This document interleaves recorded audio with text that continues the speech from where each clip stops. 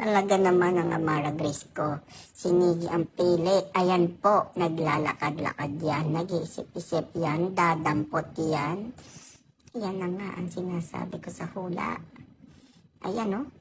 Sisilip-silip yan pero mag-a-add to cart na naman yan. Syuta na yan. Amara Grace, nangihila ka pa. Tinuturo-turo mo pa ako. Kita mo, apat na ngipin mo. Sinigi mo ang kuha.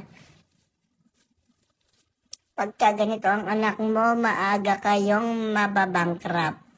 Tingnan mo. Nadaanan lang yan. Buti, hindi ka pa kumuha ng ipit.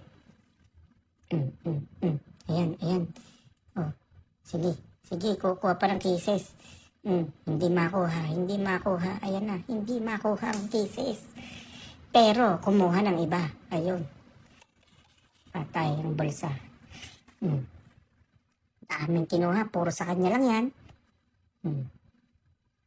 Titingin-tingin ka pa ng presyo, anak ah.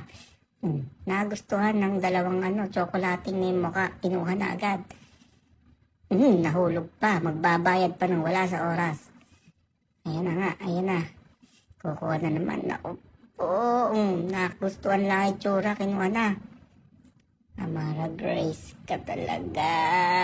Oh, ano yan? May itlog pa. Sus, Mariosep anak, napakadami ng kinuha mo.